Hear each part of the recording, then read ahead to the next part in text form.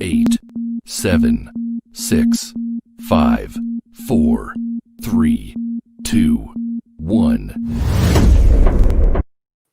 Good evening, everybody. Welcome to the Black and White Show, where we've got a kind of a different type of video for you this evening. We are live. We have the Redmen TV on a little bit later on, where Jonny chats to Ross all about this weekend's game. So that'll be in our second part. We are talking about the last 7 days of Newcastle news. Off the pitch, obviously, we do all the on the pitch stuff straight after. We've got Kyle who'll be joining us in just a second. I can see him in the background, but we must begin today's show with a little bit of sad news that early on this week that we lost Jack Charlton, who was a manager for Newcastle for 1 year. Legend is used loosely in this day and age, and he won the World Cup of England, and not many people can say that. So before we start tonight's game, he has a little tribute on Takeover TV. Local footballing hero Jack Charlton has been laid to rest following his death at the age of 85. Hundreds of people lined the streets to pay their respects as Jack's funeral procession made its way through his hometown of Ashington in Northumberland. Football fans from across the region have been paying their respects to the World Cup winner who devoted his life to football as both a player and a manager. Big Jack's going to be a huge loss to us Borough fans, fondly remembered for his time in charge at Ayresome Park in the 1970s, the way he took his then second division team through to what would now be the Premier League by a record number of points. And even that first season in the top flight, Borough were top at Christmas and they were a force to be reckoned with.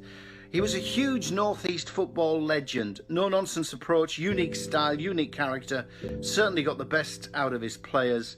He's going to be fondly remembered around the region, but certainly hugely missed by Borough fans.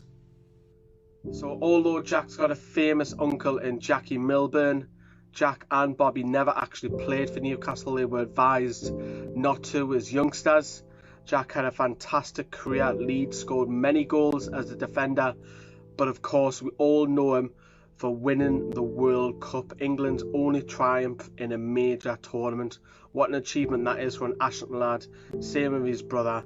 What an achievement for him, and sadly he has left us, but he'll go down, and the term legend is used loosely, but Jack's an absolute legend of football. He did manage Newcastle for 1 year. He got that dream. He did wonderful things for Ireland.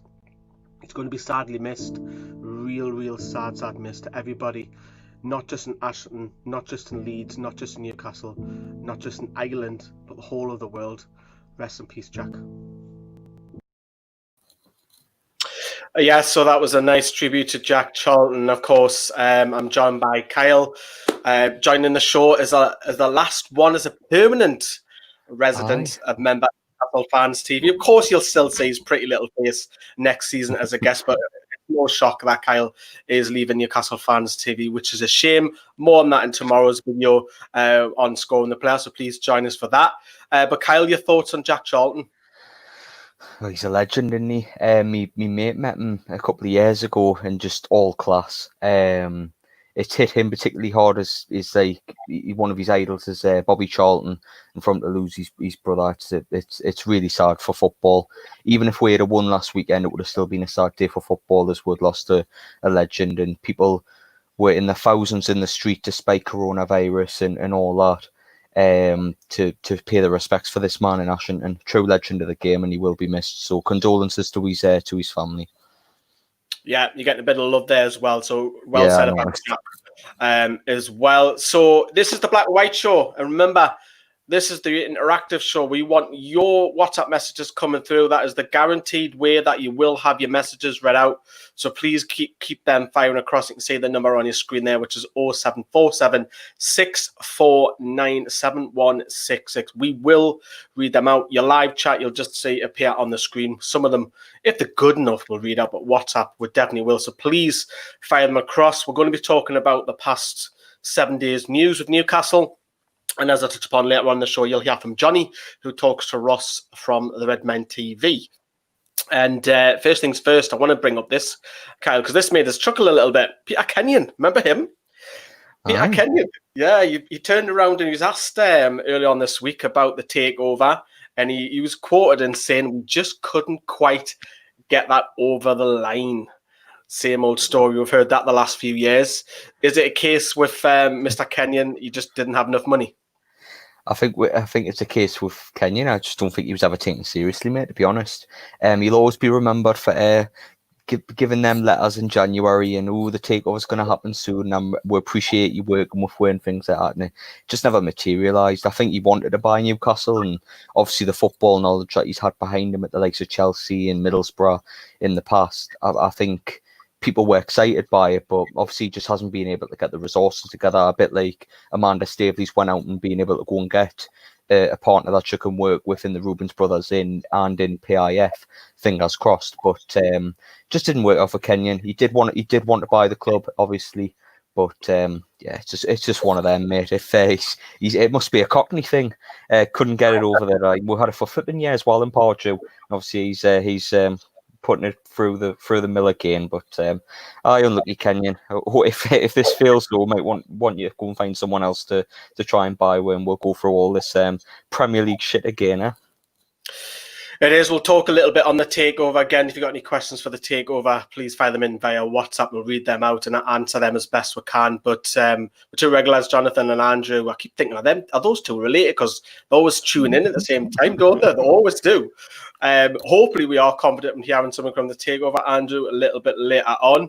But we'll move on from Kenyon because it's not really big news. But of course, the big one, the first big one of this week, Kyle, was Fun 88 was extended.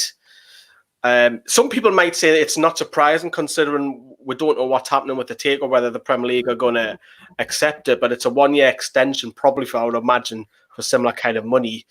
Is it a good thing or a bad thing, this? I think with what the club have said while this takeover's ongoing, it's always been business as usual. And I think if Mike Ashley was to stay at the football club, I think Fun 88 would be the main sponsor in any way. It doesn't particularly bother me. I think the tops that we've brought under Fun 88 have been decent tops. They've been a decent sponsor. They're fantastic on Twitter. But it doesn't particularly surprise me, this one. I know a couple of people have said, oh, well, there's the arranging sponsorships and that. That'll be deal off, but if you notice, it didn't actually put how long they've signed up for.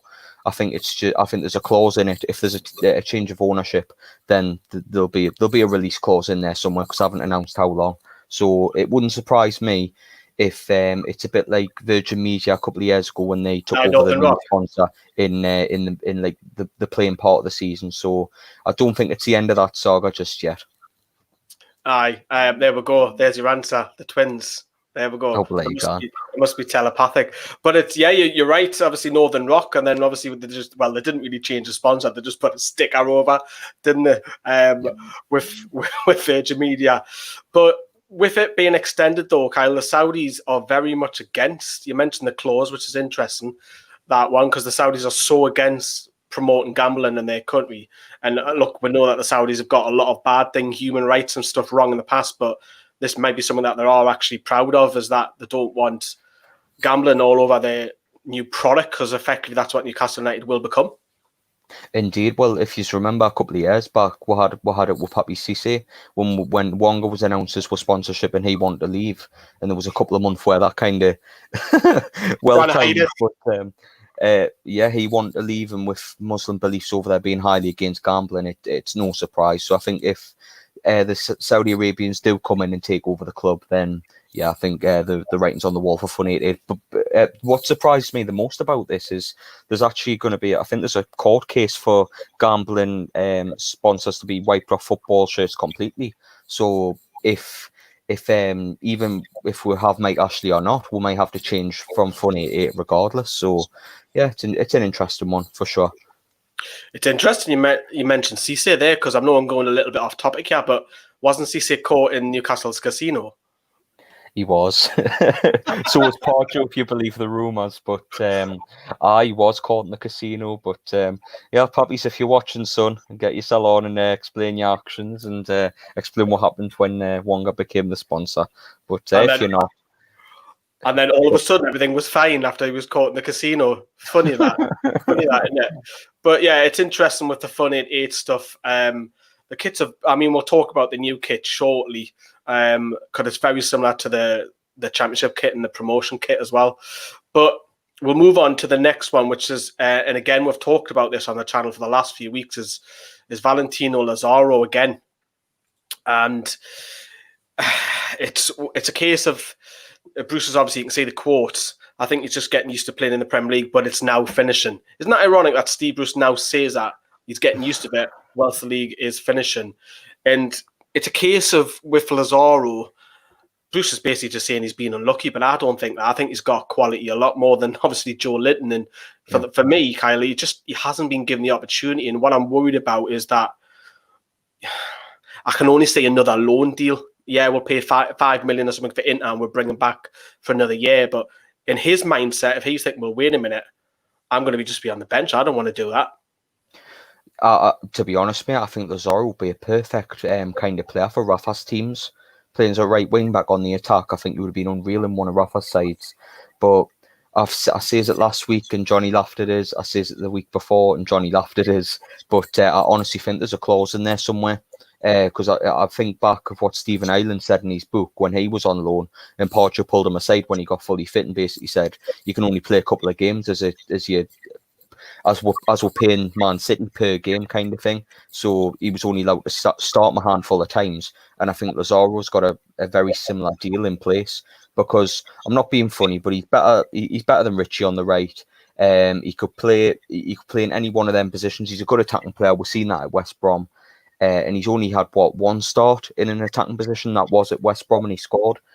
This lad has loads of talent. He just hasn't been able to showcase it, and it's a damn shame, because I think he's better than the vast majority of the players we've got, to be honest, from the little bits I've seen of him. He's better than Joe Linton, that's for sure. Better than Richie. I think it's better than Richie. Yes. I think Maximin, Almiron, and Lazaro will be an unbelievable front three, especially on the counter attack. Do you know what I mean? And a plenty service for Dwight Gale, who can play off of them. So I think I think there's just something in the deal there. Hopefully, if we get him on loan next season, there's some better terms in the deal so we can actually start him, or we'll have a change of ownership, so we don't have a owner that's so greedy with money, and we can actually play players to the full potential. But yeah, for me, I think there's something that we're not being told as to why Lazaro's not being played. I don't believe for a second Steve Bruce is saying lack of Premier League and things like that, because Bentaleb only played 30, 40 games as a kid at Tottenham off the bench here and there, and even then he's shit. Do you know what I mean? So it's like, yeah, it doesn't wash for me, mind. It doesn't. Yeah, and he didn't even play for Schalke. For people who are wondering where Jonny is, Johnny's on the drink tonight. That's why you don't see Johnny's face. Yeah, that's why we're going to do pre-recorded stuff for the second half, where you will see Jonny, because he loves the Redmen.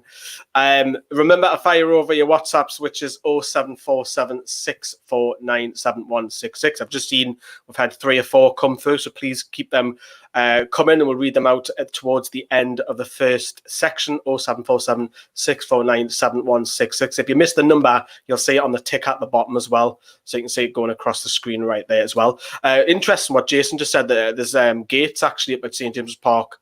Do you reckon that's just to try and keep the Liverpool fans out of this weekend's game, or is it more to do with Newcastle? I think it's a bit to do with both, to be fair. Just health, and because it was seen as one of the games for health and safety, wasn't it? And they might have been able to play it in a neutral venue, so I think it's got something to do with that. I don't think a little gate will keep fans out if Cairns is announced. Trust me, I think they'll be hopping out of the fence straight away. But yeah, I think it's just to do with the health and safety thing from the papers at the time. So no in that. Okay, let's talk about the kit, because we touched upon it briefly. What's your general thoughts on it? First impressions? I don't mind it, I don't think it's too bad. I just think it looks very similar to the one from 2 seasons ago. The only difference is being black sleeves, but it's quite a nice kit. Obviously, Maximin's been all over his Instagram and his Twitter, really enjoying the kit. It's definitely much better than last season's. The stripes are back to normal.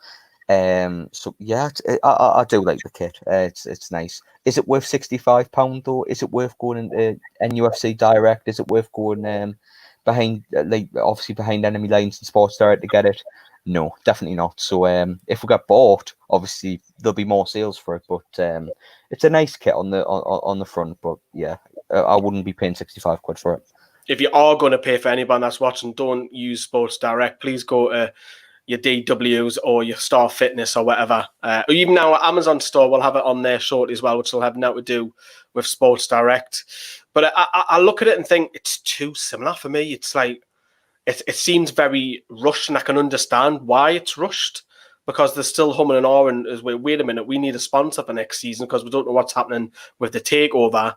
And also, Kyle, they're not daft chucking Alan saint-maximin to do all the promoting from, because he's well loved on social media.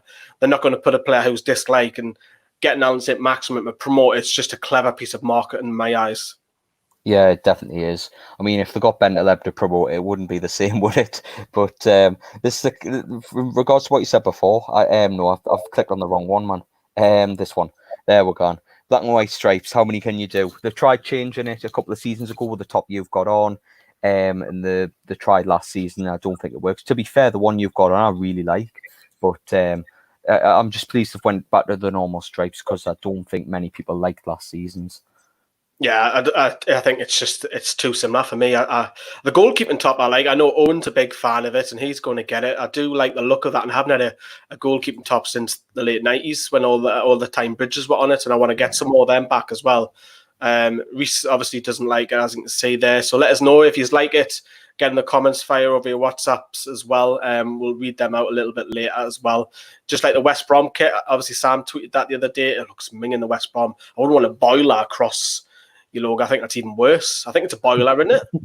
They've got a massive fridge. When we went to West Brom away, there was a massive fridge walking about the field. I thought it was hilarious at the time. But it's because they're sponsored by boilers, but it looks like a massive fridge. Yeah, it's crazy. We'll have good memories of West Brom, and we'll be returning back to West Brom next season, of course, with them being promoted as well. Also, we're on the verge. It's not official, this, and we'll quickly talk briefly on the next one. As Niall Brookwell has signed, or if he hasn't, very close to signing for Newcastle. Box-to-box midfielder, injured quite a lot of last season, but when he came back in February, he played a college or uni team, bagged a hat-trick on his first day back. But again, you want to see the under-23 strengthen, Kyle, because it's been a little bit indifferent since Beatty left. Obviously, Dawson came and did wonderful things, and then Redfern was a disaster, and now we've got Chris Hogg. And this is probably Chris Hogg signing. You need a bit of stability in the under-23s, don't we? Yeah, I mean, our signings in the past couple of years for the under-23s hasn't been very good, to be honest. I mean, we signed Kyle Scott, now happened with him. Stephen O'Connor from Arsenal, now happened with him. What's his name? Lud Guidetti or something? Everyone thought, yeah, like nothing's really came of him. So, like really, the only time we've had joy with the under-23s is when we've like brought them through the academy and not tried to sign them for the under-23 specifically. But yeah, our track record isn't good, and obviously if he can get his injuries and that sorted out, he could be a decent player. Who knows? But yeah, he's got to go against the records, I think, to get that sorted out, because we're under-23 signings as of late haven't been great. That didn't rhyme on purpose, by the way. You're probably saying maybe Freddie Woodman's the only one, because he's not naturally a Geordie, but because obviously we brought Aaron's. We're signing from Bristol City, didn't we? Yeah, there hasn't been many, has there? No. Elliot Sorensen, there's another one who you thought might kick on, and obviously last season he didn't do great at Carlisle. So actually, no, Yannick Torre, we signed him from Adam Johnson's favourite team. Young Boys, yeah. But hopefully we'll see more of the talent. Obviously, we'll be keeping you up to date with the under-23s. And we've got Sam Allardyce in the comments as well. Hello, Big Sam. It looks better than red and white. Of course it does, Sam. Paul says that your top that you've got on is a nice top as well. Oh, fantastic. Smash Pumpkin, he likes both the kits are pretty much copies of previous seasons of West Brom's kits. Any away sneak peeks? The away ones are always a certain colour, aren't they? They're always like orange, blue. It's very rare we're playing red. I know one year we did with CC and Bar, but they're normally blue or like a luminous colour, aren't they? With the away tops. But we're going to talk a little bit about, because these three next stories are all kind of linked together. And the first one is about Bruce. Let it slip in his presser that Newcastle are actually working on one or two things, whether you believe that or not.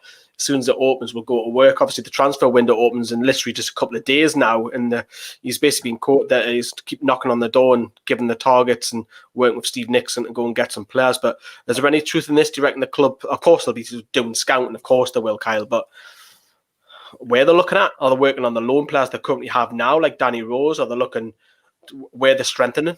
Where would you like to see strengthen? I mean, we need centre forwards. That's a must. We need a right back. That's an absolute must. Probably another midfielder if Matty goes, and obviously I wouldn't want Bentaleb anywhere near a Newcastle shirt again. But it's I don't know for investing, Lee. I don't know like because how much money we got? We don't know. We probably don't have any money because we've got an owner that, like, you know what I mean, it isn't going to stick around. Whether the takeover goes through or not, there's no interest there. Do you know what I mean? So there won't be any investment from him. So it'll be free agents or loan moves or whatever it may be. But yeah, if the takeover doesn't happen, it's a very bleak transfer window ahead. And Bruce can say, "Oh, he's got all these spinning plates here and there," but I think he knows as well as we do. He doesn't have many options. That's for sure.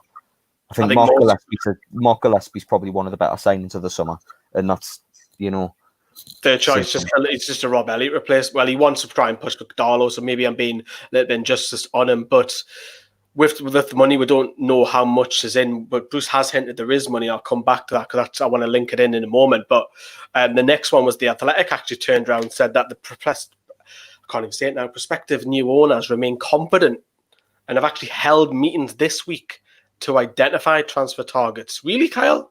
But this is the Athletic, who are a good source.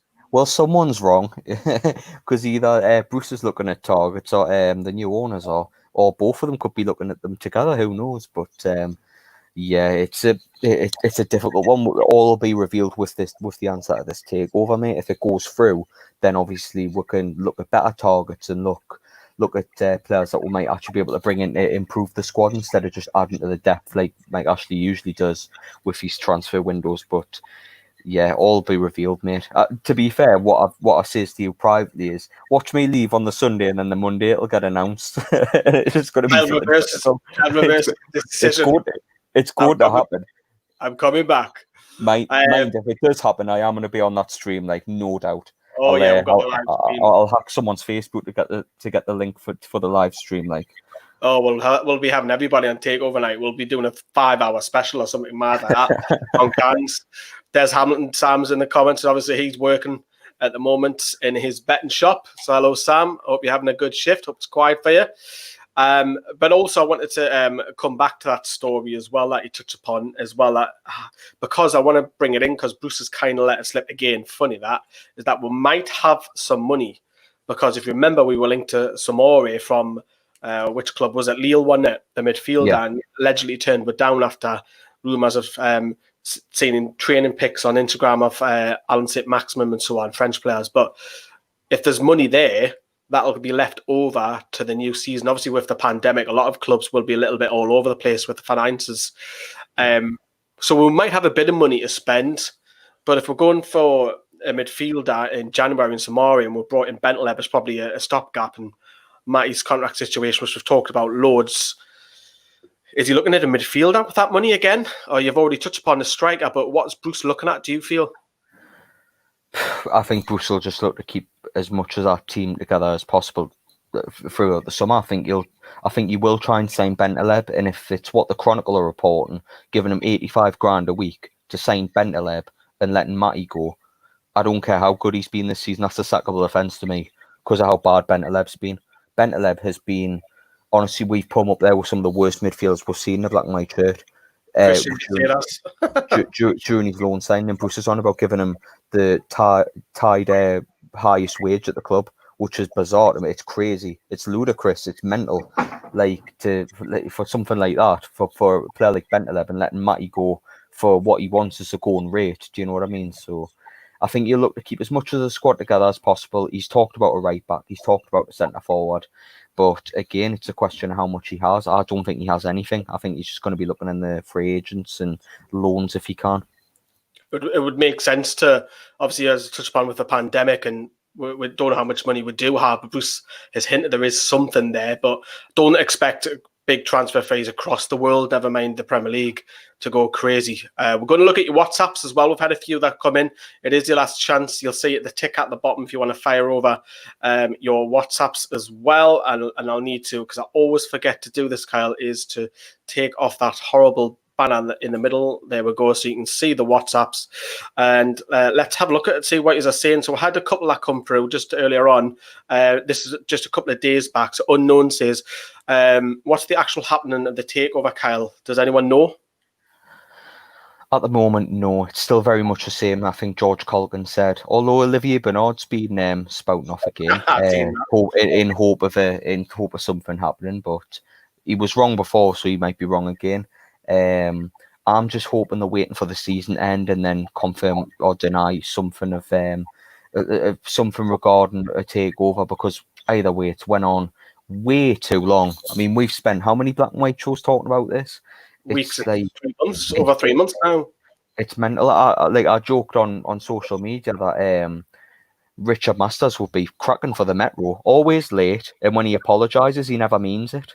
Like, that's Richard Masters for you. But like, it's went on long enough, and it's starting to affect our season next. It's starting to affect the sanity of Newcastle supporters. We just need a flipping answer, man. We need one, like, straight away. As soon as the season ends, get the decision sorted so we know where we're going to be next season, whether we're going to be fighting to stay up again, or maybe we can push on. Who knows? Totally agree. Stephen's not watching. How dare you, Stephen? You can watch the rerun of this.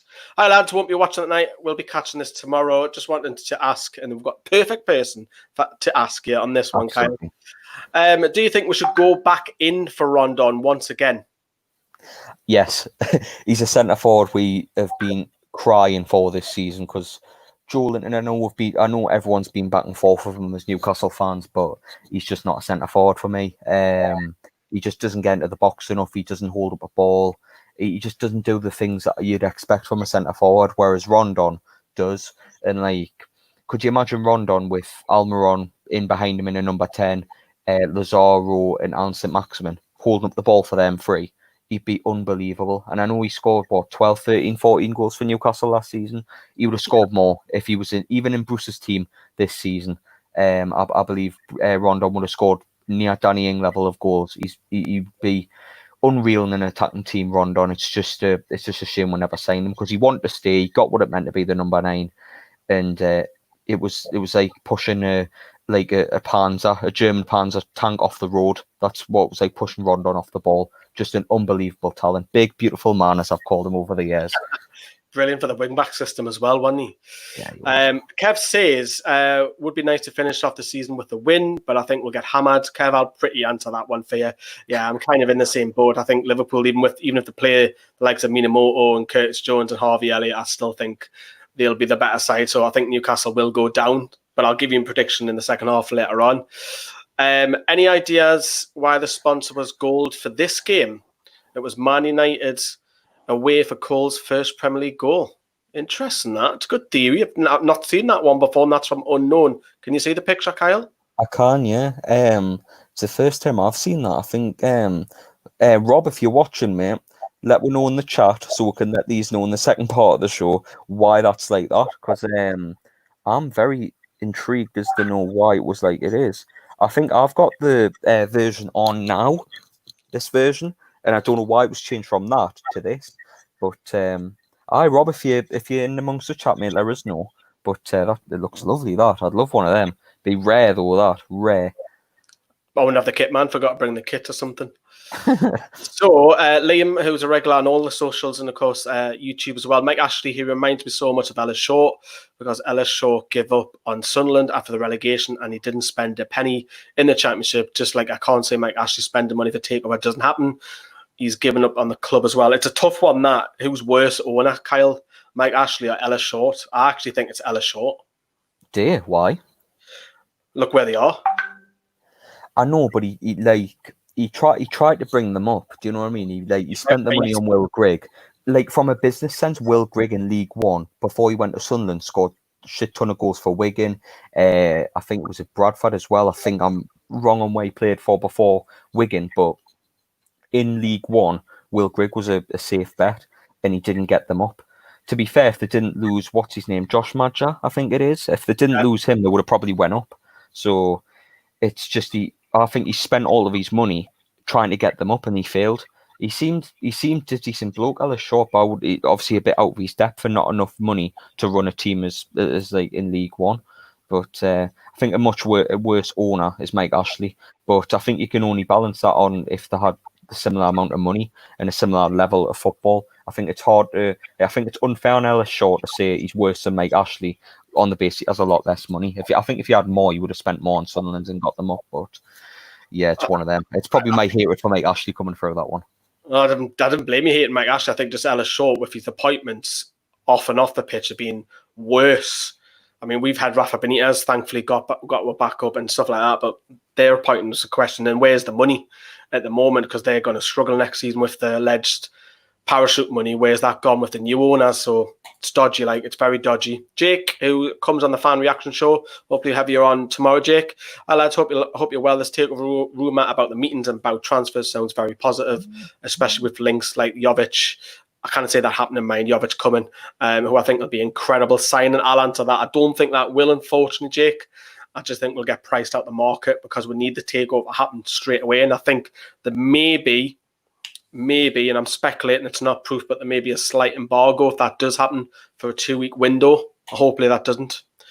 Alan says, agree with Bentleb has been shit, says with Kyle. Can't believe Bruce wants to sign him. We'll talk about him, so we'll move off that because I think no one's in agreement with that. Unknown says, hiya, who was both of your player of the year? And who was your favourite player? I'll go straight away first, Kyle, because I know straight away. Favourite player is Alan Saint-Maximin. Player of the year is Alan Saint-Maximin. The why is because personality off the pitch, he's just brilliant on social media. Ability-wise, I think second half of the season, probably from since November onwards, he's been a new, fresh of light. He's a threat, and he makes things happen. Only slight criticism of him, I like to see more goals and assists. Some people might say Dubravka for the first half. Isaac Hayden's unsung, but who's yours, Kyle? Mine's actually the same. I'm gonna play it safe and say Alan Saint-Maximin as well. I think, honestly, I don't know what it is with Newcastle and the love for French wingers, but obviously he continues that for definite. He's brilliant on the ball. His attitude off the field is brilliant. A very humble bloke, helping out the food banks and things like that at the start of his career at Newcastle.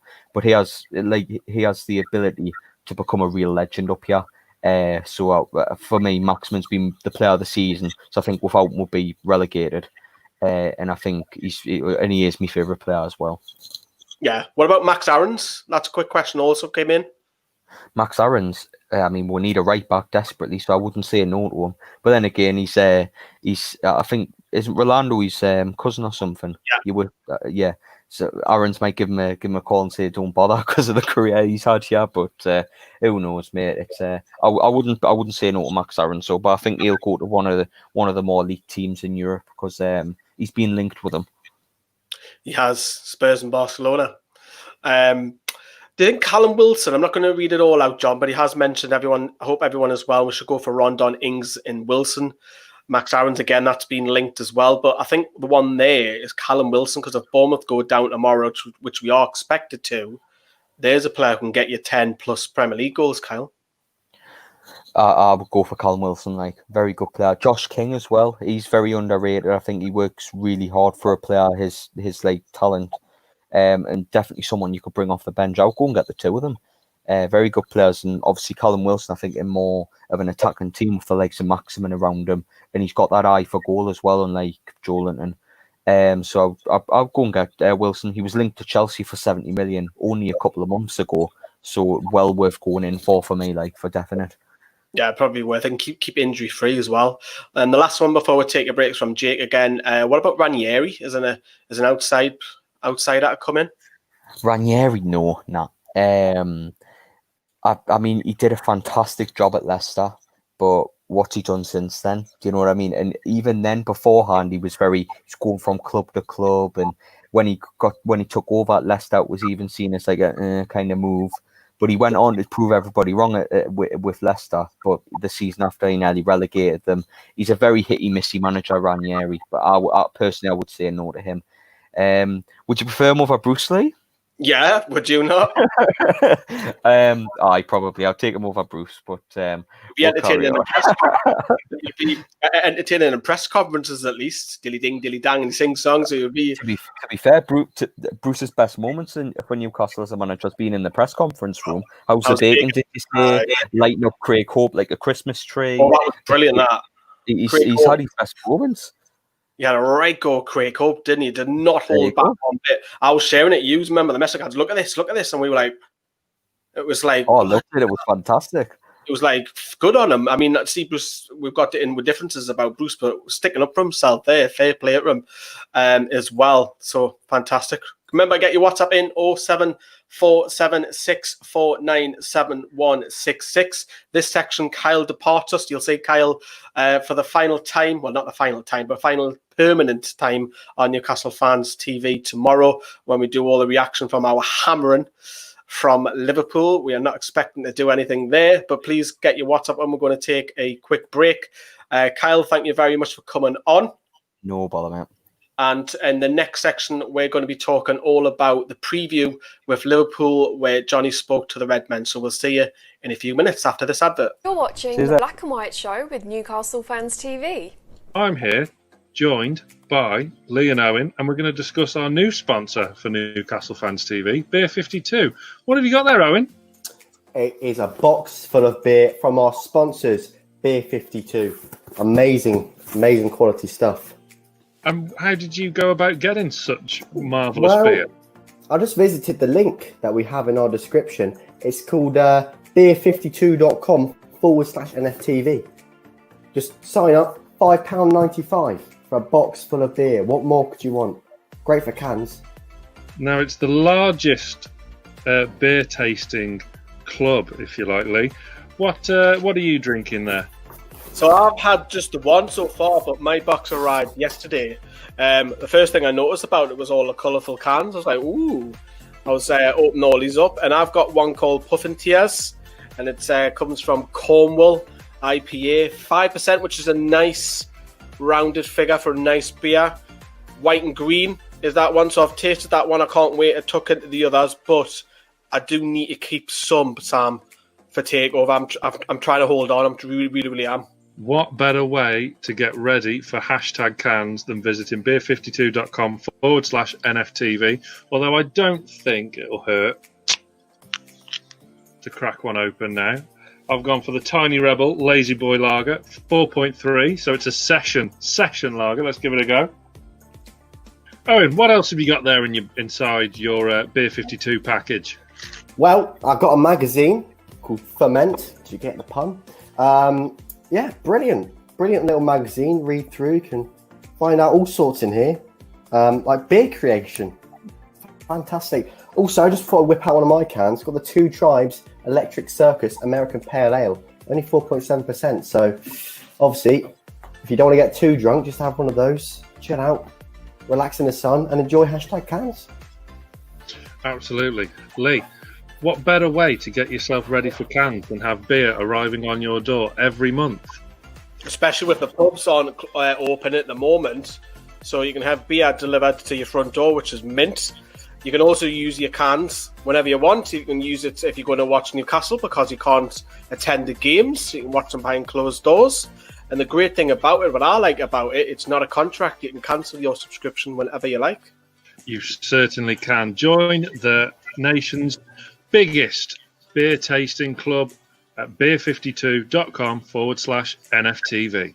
Broadcasting live across YouTube and across Newcastle Fans TV's social media, this is The Black and White Show. Hello, everybody. Welcome back.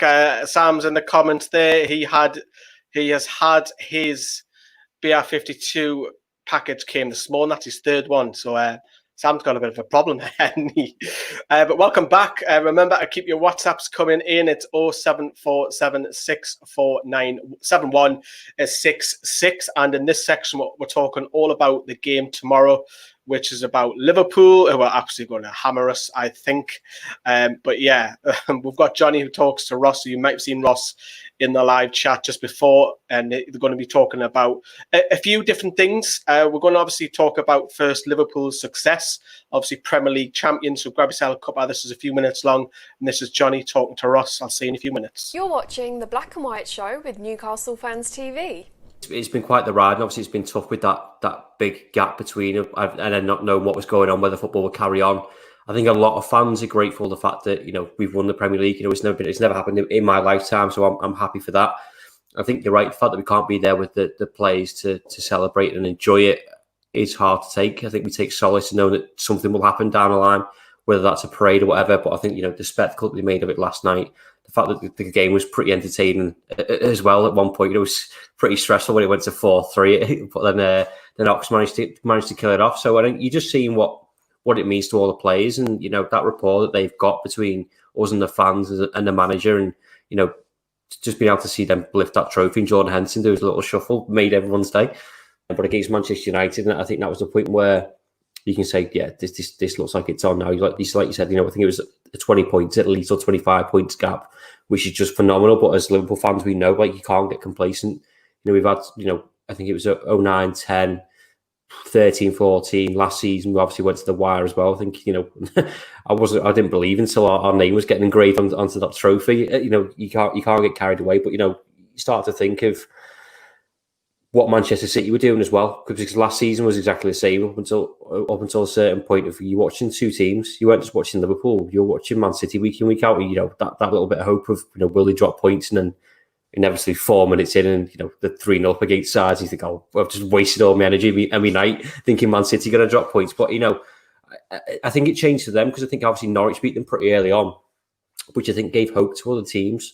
I mean, as soon as the teams take tasks to Man City, and you guys know yourselves, because you've done it a few times now, you give them a go. There's weaknesses there. It's probably the same for Liverpool as well, but it's just flipped around where Liverpool just blowing teams away. I can appreciate the Invincible side. I can appreciate the Man United side from whatever. The Man City side is extremely good. To get 198 points within 2 seasons. That's pretty phenomenal in itself, isn't it? So I am going to sit on the fence and just say I think they're all incredible. This Liverpool side is. And obviously, they got 97 points last season. They're going to beat that this season now, hopefully on Sunday. Once you give us 3 points, you got to give credit to everyone. I think they've all been exceptional. Man City have raised the standard. Liverpool have done it, and Chris made a good point last night on one of our shows. If one of those teams didn't exist, the other one doesn't do as well, because Man City and Liverpool have essentially just pushed each other for the past 2-3 seasons, and they've raised the levels of what is expected in the Premier League. It says a lot when some fans are disappointed you don't get 100 points. I'd never have dreamt of that when I was a kid, and it doesn't particularly bother me now. We've won it, so I'm not bothered.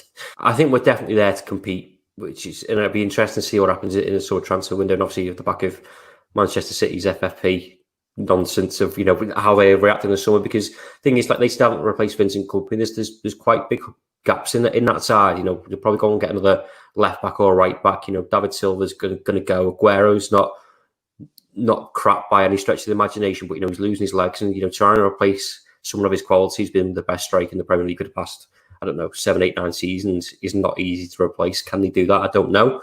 Whereas Liverpool, we've got players on long-term contracts. This side's going to be here for another 3-4 seasons, so hopefully that is the case. The likes of Virgil van Dijk has got years in the front three, have got a couple of good years in them as well. Fabinho, we've got a spine. Alisson, Trent, Robbo. Our team is exceptional and relatively young as well. So on the face of it, yeah, but also a lot can change within 3-4 years. Broadcasting live across YouTube and across Newcastle Fans TV's social media, this is the Black and White Show. Hello everyone, welcome back. Sam's in the comments as well. Yeah, so that was Ross talking to Jonny. Jonny's currently on a stag do, so you don't actually see Jonny speak much in these videos that were coming up, but because I thought Jonny might be available for tonight, but how wrong was I? Jason says, would Liverpool be interested in buying Lascelles? Funny you should mention that, because Ross mentioned that very shortly. A great leader, always around, aware of who's around him, skillful on the ball, no sarcasm intended. So Liverpool have been absolutely unbelievable. You cannot deny that. What a side. And obviously, if the affiliation that I have with Liverpool is a city, I know people down there. I've got a lot of friends in Liverpool area as well. down in Bootle, down in Edge Lane, Wallasey. Where else have we got just outside in, I'm trying to think, Speaker, something like that. Someone correct me if I'm wrong where all the shops are. But yeah, it's a similar city to us, similar kind of people, love the football. What a team. What a team Jurgen Klopp has put together. You cannot deny the success. And, you know, it's, for me, Jurgen Klopp's a brilliant, brilliant character. Absolutely brilliant the way he's passionate about his side. There's so many things I could go on. I don't need to tell you how good Liverpool really are, and they're absolutely phenomenal. I mean, all the trophies they've got, World Club, current Champions League winners, current Premier League winners. Can they go on and win the Champions League again? Jurgen Klopp's record's phenomenal. But less said on Liverpool. Let's talk about the game. And Sam was on Tinyware News, local news, and this is what he said about the game. You're watching the Black and White Show with Newcastle Fans TV.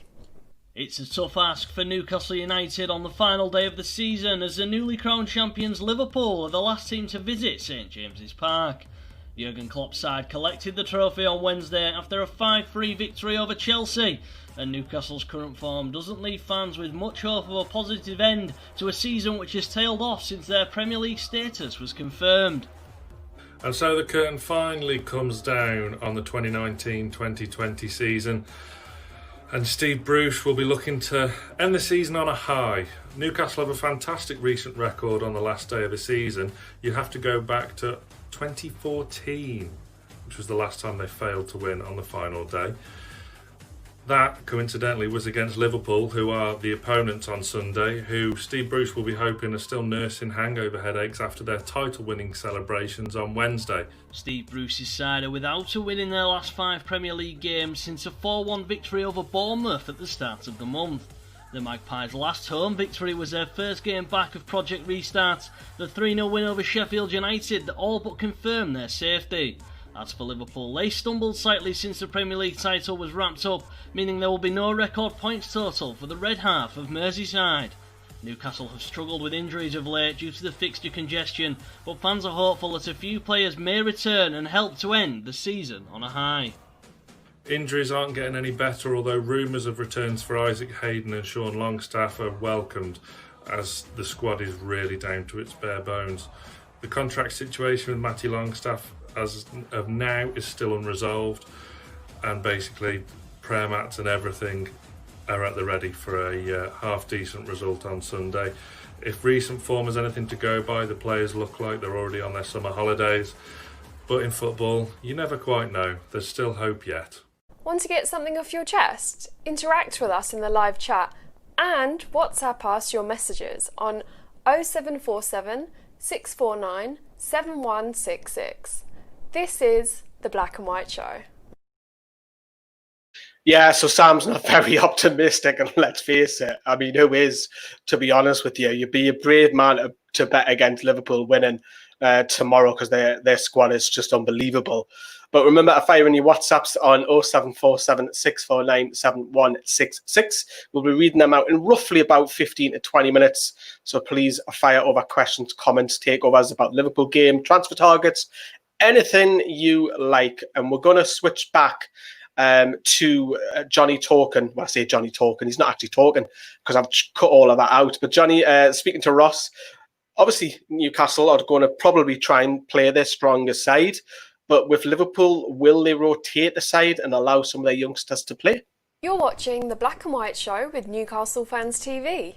It's really strange, and this goes for all teams of this season, because it's just such a strange situation. Of next season could start in 6 weeks' time, 6, 7, 8 weeks' time, and after the season starting, so you still got probably potentially pre-season games to go in there as well. You know, it's a dead rubber for us. I'm sure it is for you. I think you can beat me to fight above Crystal Palace, aren't you, in the league? And that's the highest that you. But in that sense, you've got to start thinking about next season as well. And you don't run plays into the ground, which is where I think it might benefit, like the likes of Liverpool, even the people that are around you. This is obviously no disrespect, but the likes of Crystal Palace have been around you, been in a relegation battle for a couple of weeks. They've been running themselves into the ground for the past 6, 7, 8 weeks. The people are going for top 4, Manchester United, or Chelsea. whoever else is in and around there don't tend to look that far down the table anymore. But they're all running the to the ground, whereas, the likes of us can take your foot off the gas, and it's probably the same for Steve Bruce of getting minutes in for your fringe players, or be able to rotate and keep people fit, because you've got to go again in a couple of weeks' time. I think you're right. I think the likes of probably other people that you just mentioned there, go and get them game time, or maybe Adam Lallana might get a game because he's not going to play for the club again after he leaves in the summer. So it'd just be interesting to see how it all plays out. I think Liverpool will want that points record, but also Klopp doesn't have that, or doesn't seem to have that emotional attachment that we all have, to the points record. I don't think he's bothered about that. He's got sports scientists around him, and he's got to keep a squad happy around him to give them game time and minutes and keep them all fresh. And equally, there's people like Oxlade-Chamberlain who could probably do with another game under his belt. I know he came on and scored last night, but his performances in the previous games leading up to that weren't great. Joe Gomez is another one. He's not been great for the past 3, 4, 5 weeks. Get some game time, in him, and then let him have a rest between now and the start of the season. So, before you know it, it's three weeks, and you've probably got a pre-season match, haven't you? So you've got to be careful. And again, in the long term, it's a season, and then you're straight into the Euros and all that other stuff. So you've got to think long term in this thing of running these players into the ground. Want to get something off your chest? Interact with us in the live chat and WhatsApp us your messages on 0747 649 7166. This is the Black and White Show. So will Liverpool rotate tomorrow? We'll have to wait and see. I could see that happening. Ross has already mentioned a couple of players in there, and obviously with the extension of the season, Liverpool have also got to play Champions League football in August, and then they've got a short gap into September the 12th. So even people like ourselves, Newcastle fans, who aren't even in any European competition, realistically, you're only going to have about 3 weeks off, because then you're going to have to start playing pre-season games to get up to speed in September the 12th. And that season then follows in, as Ross already touched upon, going into the Euros, which was knocked behind as well. So it'll be a long season next season, of course it is. But Jonny also asked Ross about which players could Newcastle go and grab. Obviously, Adam Lallana was mentioned. Now he's on a free. Would you like to see Lallana appear in your Newcastle shirt? Let us know in the live comments, and we'll highlight your comments in the next clip. And what about Shaqiri? Because we need a bit of competition for Almiron. We need a bit of competition for Alan Saint-Maximin. The likes of Atsu and Murphy and Aaron's coming back are not cut out of it for me. So please let us know. This is the next clip with Jonny, with Ross, about Lallana and Shaqiri. Yeah, definitely both of them are extremely good players, and again, Liverpool's level has risen so much in the past couple of years. Like Adam Lallana, when Jurgen Klopp first came in, was Jurgen Klopp's favourite player, and he was my favourite player because he was the antithesis of what Jurgen Klopp does. He was the high presser. He led that press, and everyone else kind of followed him. And it was all about Jurgen Klopp's style of football at that point. Xherdan Shaqiri, for some reason, has just been in and out of football, and then you'll see him on the team sheet, and you see him on the subs bench. And you won't see him 3-4 weeks. And you won't see him 3-4 weeks, and then he's got a hair transplant. Well, I don't know. Both of us sat here in no position to take the mickey out of hair transplants because we can do with ourselves. But it's like it's always been that thing of what's wrong with him, or he'd have another niggle. And it's like his thighs are bigger than me. Like how's he got a leg injury? But he's made several important appearances. A couple of games against Manchester United, the Barcelona game. He does have an effect. He's a very good footballer. The question's always been on Shaqiri: does he fit our style system? Because he fits a 4-2-3-1 much better than a 4-3-3. I think his tracking back's also been a question. Whether that be a problem at Newcastle, I don't think so. I think he thrives, takes set pieces. He's a well-experienced, well-travelled player. He's played for Inter Milan and Bayern Munich on top of that as well. So you get experience in that sense. The only issue with Xherdan Shaqiri is I don't know what Liverpool would tell him what's the market going to be like? If Liverpool lose a player, we want to go for every competition like Manchester City done, all domestic cups, the Champions League and the Premier League. That's the next level that we have to go to. If you lose someone, you have to replace them. Can you go into the market? Can you lose someone of Xherdan Shaqiri's quality, go into the market and get someone of equal quality? I don't know. And again, it comes down to price. If you get your takeover, you're probably going to be exposed, aren't you? Because people know you've got money, so they will get a good deal. Adam Lallana is going to go on a free, and similar again, experienced player, a leader on and off the pitch. He gets a lot of praise for what he does for the younger lads, which might be a good thing at Newcastle as well. His injuries have been a problem, but he's got a lot better at that, and he needs to be managed in that sense. Liverpool playing 2-3 games a week. Our squad got better. We've got a lot more high quality midfielders in that sense. So we were able to manage him. So his performances were a lot better on the back of that, where he can go and do that for a first team. I probably think he could do, and he's got that captain leadership as well. You're watching The Black and White Show with Newcastle Fans TV. Right, hands up. I was wrong about Liverpool. I totally forgot about it. I even watched it on BT Sport because there was a lot of controversy with Atletico bringing fans over from Madrid into England whilst the coronavirus was starting off, and it was just before lockdown was happening with the football. So apologies, I got that wrong. I thought Liverpool was still in the Champions League. I can't even recall it, but I can remember it now. Obviously, all the away fans celebrating, right? So that is shameful. But you mentioned there, Lallana and Shaqiri. I mean, they would be two great signings for Newcastle.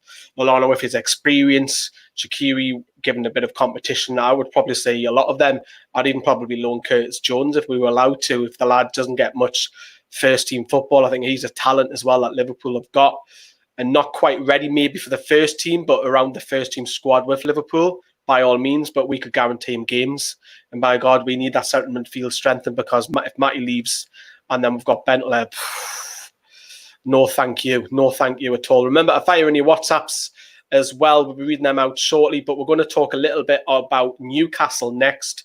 And this is all about, Jonny asked Ross about Bruce and the takeover, and this is what Ross said. Broadcasting live across YouTube and across Newcastle Fans TV's social media, this is The Black and White Show.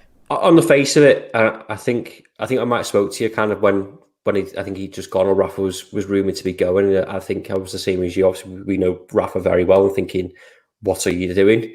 And I think Steve Bruce was almost set up to fail in that sense because of the connection that Rafa had. And that's very hard to adapt to at a club, particularly with someone like Steve Bruce, who's kind of been here, there, and everywhere. But I think he probably has done a good job. You're probably not in the position that you want to be in, or you thought you'd be in, or it's probably frustrating in the sense of as soon as Rafa went, you started spending money. You're thinking, well, from again the outside point of view, we kept Rafa. Rafa is very good at spending money very wisely. You spent a lot on Joe Linton, who I don't think you've had a fair return from, and that's not Steve Bruce's fault. Essentially, you can put it down to training or finishing, whatever else, but also it's down to Joe Linton to score those goals. I think Steve Bruce has done a fair job. He's kept you up, which is probably where you want to be. But you need someone else that can take you to another level and build upon that. Whether that happens if you get your takeover and you bring someone in. But I think on the face of it, I think he's done all right. Yeah, service to Steve Bruce. But you've got Rafa back. He's got someone who's won things, who knows the market better, who's probably got a pull of better players. Whether they're more experienced or higher quality or from different clubs. Rafa's got the networking and relationships from around the world, whereas Steve Bruce doesn't have that. It's not an attractive name, and again, that's no disrespect to him because he's a good manager and he's done a lot throughout his career. But there's and again, it depends who's on the market. Pochettino, is that a project he want to take over, or Allegri will want to take that? Those managers on the market, you've got to move fast to go and get them before someone else changes, because if Ollie loses the wheel in Manchester United, that's a completely different prospect.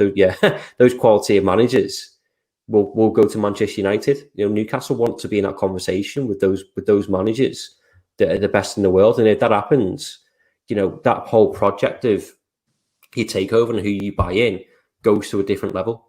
I think you've got to be quick in the market, but also these things do take time as well. Like even Manchester City, that took a lot of managers, a lot of players, a lot of rotation in what they were doing to get where they are now. And finally, they managed to attract Pep. So obviously, you can't start right at the top. Steve Bruce will probably feel like he's done enough to kind of justify some sort of, go at it. I imagine, because he probably feel disrespectful just to kind of get rid of him.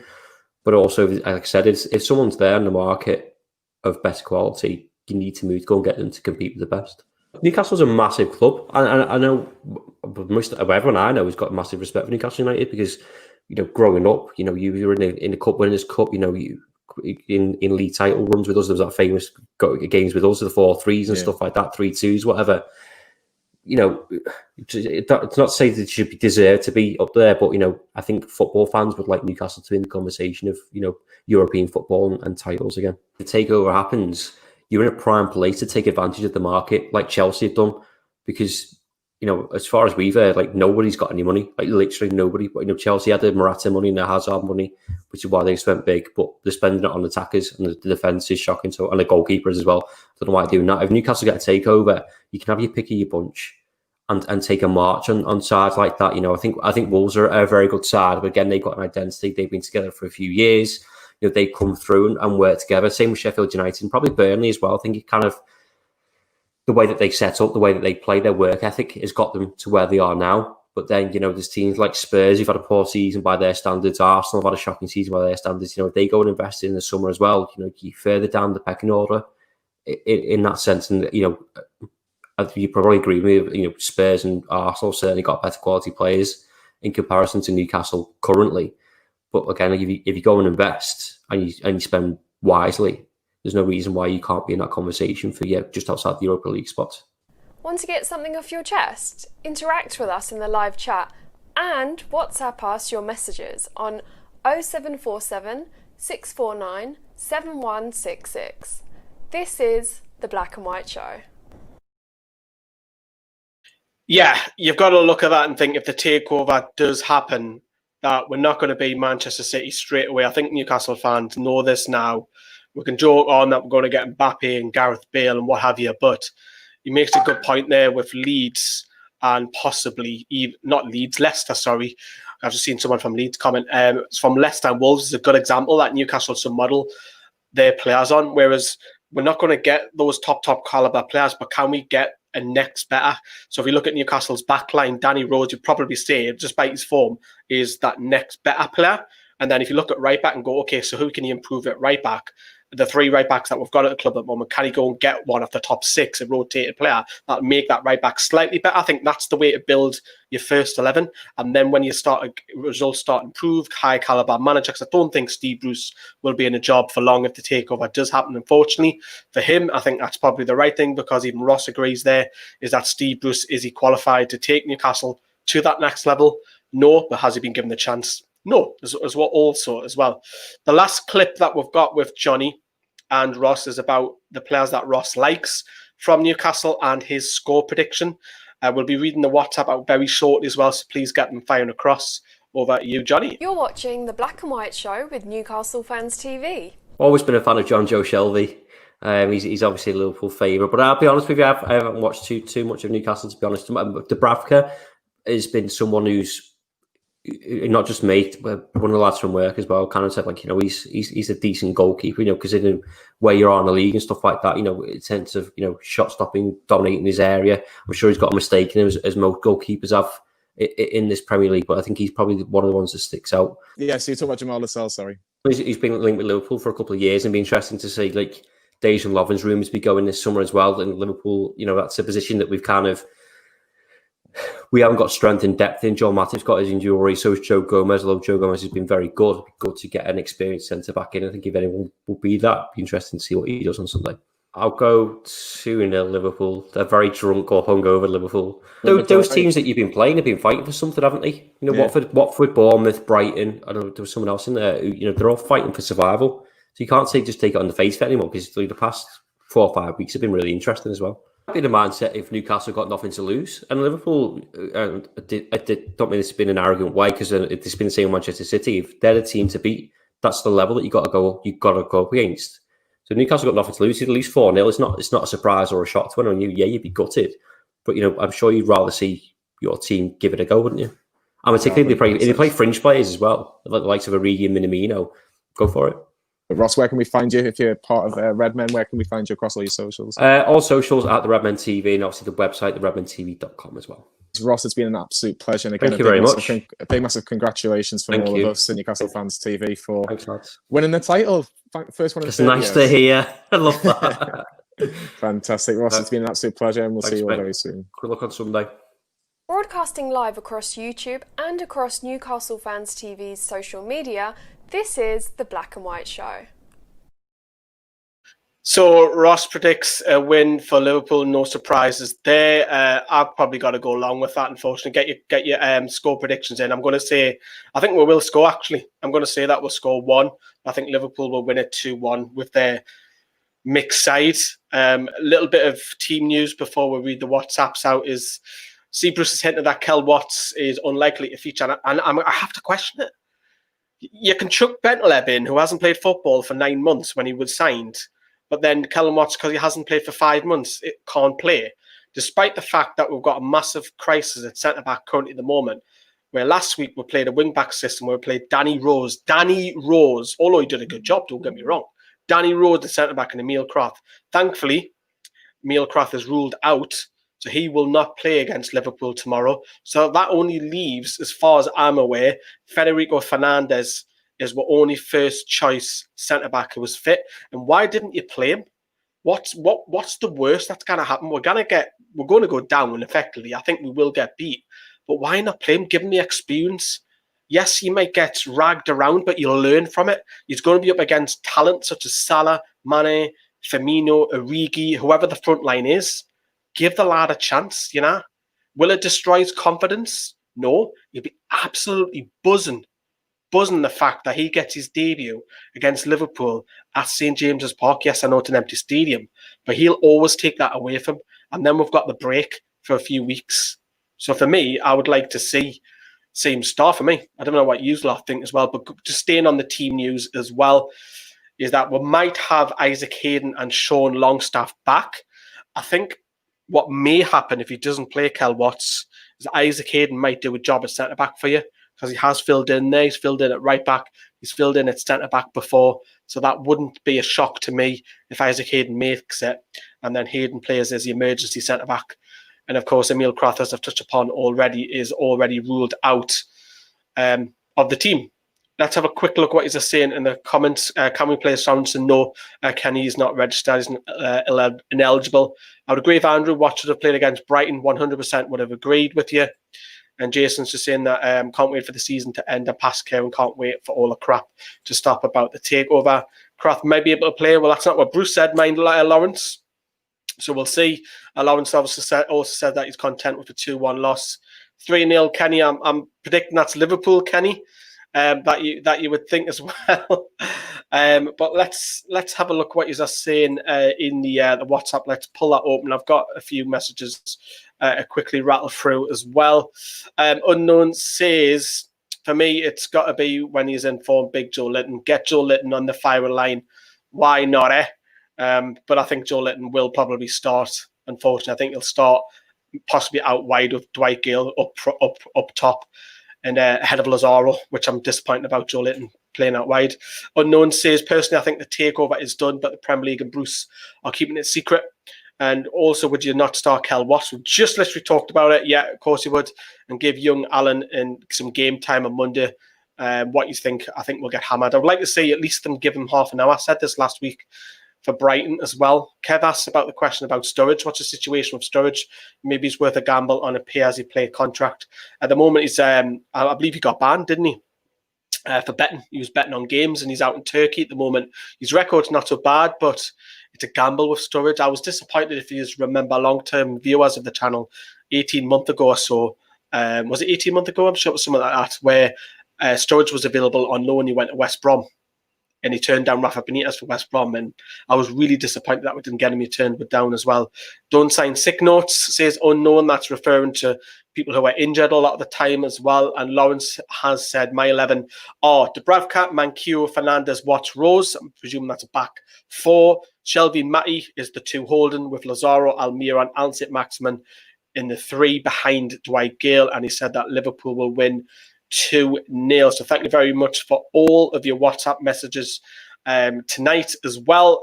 We have a few things coming up on the channel as well. Obviously, we've got all the reactions from tomorrow with the fan reactions, so I can hopefully get some new faces. Get yourselves involved in tomorrow's show. We've got the score on the players, and we've got the last word, and then obviously we'll say goodbye to Kyle and Paul video. Nice tribute for those two, and then also we welcome 4, possibly 5 new members to Newcastle Fans TV. They've been whittled down, so you'll see all of that as we gear up with the Y Scout and all of that new systems that we're using. And of course, we've still got Owen's video with Matthew Raisbeck to go out on NFTV Extra. The documentary that I'm making as well, that's almost completed, so you'll see that. To nearly 40 minutes long. I put a lot of time and effort into making it. We've got still loads to come. We've got the Super Mac video to put out as well. We've got absolutely tons of stuff to come out on Newcastle Fans TV, even when the season isn't ended. And also, I nearly forgot, because Sam will kill me for this, is that on Wednesday, we have the Greenwood and Mulliner show. He's just literally popped up. There he is. The Greenwood and Mulliner show with an ex-Newcastle player. So come in and stay tuned. That's being broadcast live on both NFTV Extra and also Newcastle Fans TV. We're not revealing that yet. Nice try, Jonathan. We're not revealing it just yet, but it's an ex-entertainer who hasn't been on the channel before. That'll try and narrow it down, get your thinking caps on. But that is a wrap for tonight's show, the Black and White Show. Thank you for all your WhatsApp. Thanks for Kyle in the first half. Thanks for Jonny helping out, chatting to Ross with the Redmen TV. He's also jumping on the Redmen TV tomorrow for a quick live stream as well. But that's it. Enjoy your weekend, and we shall see you for all the videos tomorrow. Take care, everyone. Bye-bye.